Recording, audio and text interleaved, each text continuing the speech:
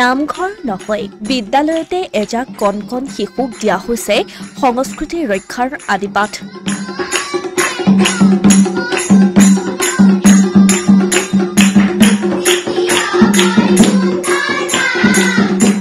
আন বিদ্যালয়তকৈ বহু পৃথক এই বিদ্যালয়খন।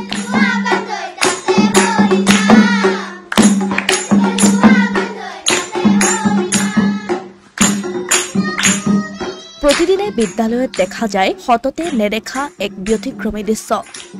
হাজোৰ এখন চৰকাৰী বিদ্যালয়ৰ প্ৰশংসনীয় পদক্ষেপ।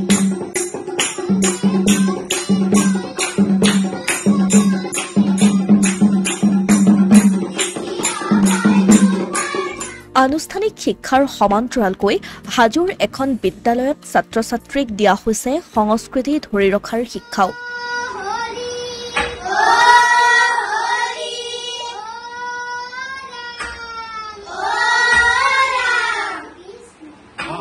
ভাদ মাহত নামঘৰসমূহত দেখিবলৈ পোৱা যায় নাম প্ৰসংগ। এই পবিত্ৰ ভাদ মাহতেই দেখিবলৈ পোৱা গৈছে এখন বিদ্যালয়ত এই সুন্দৰ পৰিৱেশ।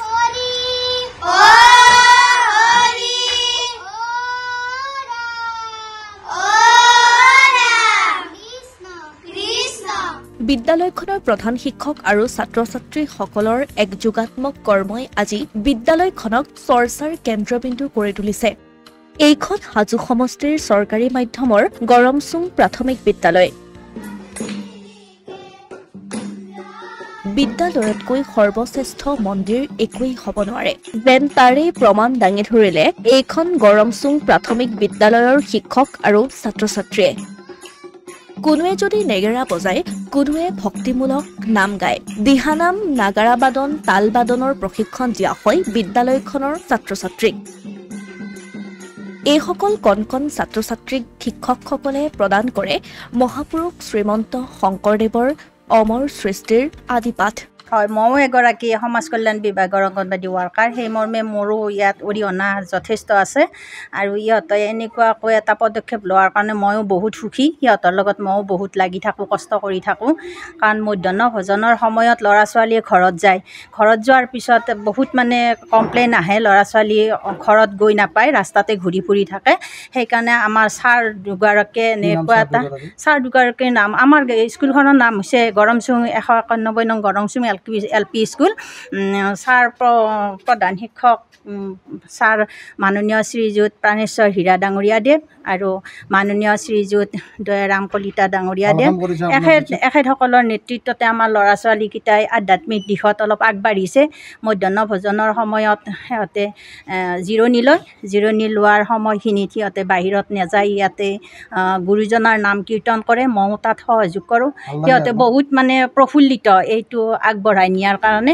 প্ৰধান শিক্ষক প্ৰাণেশ্বৰ হীৰা, সহকাৰী শিক্ষক দয়াৰাম কলিতা আৰু অংগনাবাদী কৰ্মী অঞ্জনা মহন্তই প্ৰতিদিনে ছাত্ৰ ছাত্ৰীসকলক দিছে প্ৰশিক্ষণ। উল্লেখ্য যে যিটো সময়ত একাংশ যুৱ প্ৰজন্ম বিপথে পৰিচালিত হৈছে, তেনে সময়ত এইসকল কণ কণ ছাত্ৰ ছাত্ৰীক সৰুৰে পৰাই আধ্যাত্মিক দিশত ব্ৰতী কৰাইছে বিদ্যালয়খনৰ শিক্ষকসকলে। সৰুৰ পৰা ল'ৰা ছোৱালীখিনিক সাংস্কৃতিক ক্ষেত্ৰত গঢ় দিয়াৰ কাৰণে এই পদক্ষেপটো হাতত লোৱা গৈছে। আৰু জিৰণি সময়ত যিহেতুকে সিহঁতে মধ্যাহ্ন ভোজন খোৱাৰ পিছত দৌৰা দৌৰি কৰে, সেইকাৰণে আমি জিৰণি সময়খিনি এই নাম প্ৰসংগৰ জৰিয়তে কটোৱাৰ কাৰণে ব্যৱস্থা এটা কৰি দিয়া হৈছে। আচলতে আমি শিকাওঁ বুলি তেনেকুৱা অভিজ্ঞতা আমাৰ নাই যদিও আমি তেওঁলোকক অলপ এই গুৰুজনাৰ সৎ পথত নিয়াৰ কাৰণে এতিয়াৰ পৰা আমি অনুপ্ৰেৰণা অলপ যোগাইছোঁ আৰু ভৱিষ্যতে কিমানখিনি আগবঢ়াই নিব পাৰোঁ তাৰ প্ৰতি আমি লক্ষ্য ৰাখি যাম। জিৰণিৰ সময়ত ছাত্ৰ ছাত্ৰীসকলক এনেদৰে বিদ্যালয়ৰ ভিতৰতেই গুৰুজনাৰ সৃষ্টিৰাজিৰ প্ৰতিটো ঘোষাৰ কলিৰে বিদ্যালয়খনক এক বিশেষ মাত্ৰা প্ৰদান কৰা হৈছে। এয়া সঁচাকৈয়ে প্ৰশংসনীয় বিষয়। হৰিণ নামৰ প্ৰতি অৱহেলা নকৰি এই গুৰুজনৰ সৃষ্টিৰাজিক সমাজত আগুৱাই নিব পাৰে, তাৰ প্ৰতি আমি লক্ষ্য ৰাখি আমি এই পদক্ষেপ এটা লৈছোঁ। কিন্তু এই পদক্ষেপটো ল'বলৈ যাওঁতে আমি মানে পাঠদানত কোনো ধৰণৰ ব্যাঘাত নজন্মোৱাকৈ আমি জিৰণিৰ সময়ত মধ্যাহ্ন ভোজন গ্ৰহণ কৰাৰ পিছত তেওঁলোকক আমি এইখিনি কৰাৰ এটা সুবিধা দিছোঁ।